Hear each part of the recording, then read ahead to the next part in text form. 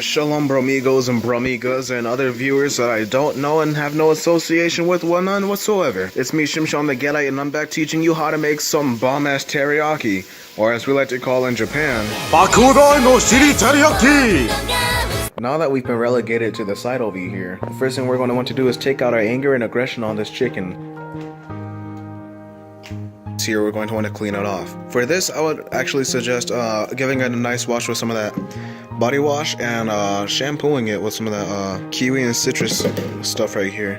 Make sure that water is blazing hot so you burn yourself. If you don't feel the burn, you're not doing it right. Now that your chicken is bacteria free, we're going to have to chop it up. Like, you might want to get a Sharpie and mark it, but because I'm such a professional at this, I'm going to be showing you guys how to do it the right way. So basically, you're going to be cutting it like a bad habit.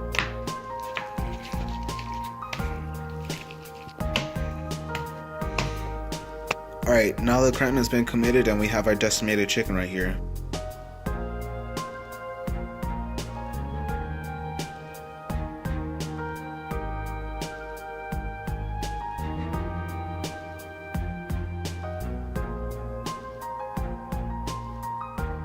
Next up is to add some butter to the pan. Well, I know this doesn't seem like exactly the right way to go, but according to this giant scroll that I have for whatever reason, this is the right way and the only way to make a really good teriyaki chicken. For this next up is to have you some chopsticks in handy just in case. I was back in Houston and I forgot my chopsticks, and you know how bad that was? You saw me burn myself, right? Well, this time you're not going to burn yourself while you're frying this butter. Next up is to insert this chicken like the boss you are, or down. Now with your chicken in the pan, you're going to want to put this B-movie certified honey all over your chicken. It might look weird right now, but once it's fully done, you guys will see. You'll see that this is truly the correct way. Meanwhile, we wait for our chicken to finish cooking. We're also going to want to check out the Lively TV official YouTube channel. It would seem to me that we're missing a part of our dish, so let's go ahead and check our scroll and see what it says. Well, guys, the scroll has spoken. Before we get started on adding the rice, we're going to use our reinforcement pan, or whatever you call this, to, reinforce the chicken. Because this is more to get the flavor into the chicken so you can actually taste something when you bite into it. The secret part, the more magnificent part comes, or as the scrolls say, young grasshopper. The best part is when you put the base and glaze on it. This comes in the transfer pot. Alright? Okay.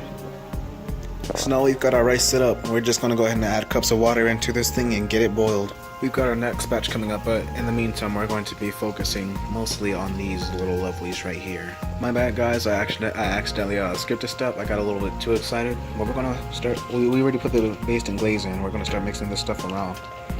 And it's not going to be like all over it just yet, but that's where, when it's done fully cooking, that's when we start basting and glazing, especially.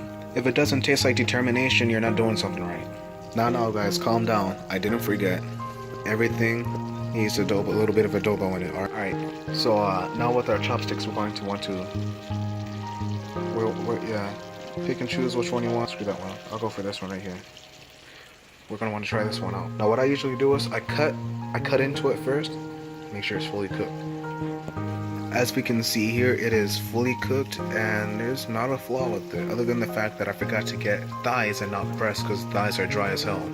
Almost like a lot of my jokes. I mean, surprisingly, you guys actually like them though. Or like your grandmother's wig on a Sunday afternoon. Next up is to wait for that rice to be ready. The chicken can slow cook for now. Now it's just boiling in its own flavor. It's just gonna come out super flavorful, alright? And now we're done making our abomination. Now that our water rice is finished and our subpar teriyaki is done, we can go ahead and enjoy ourselves a nice little regrettable dinner. Bon apple teeth.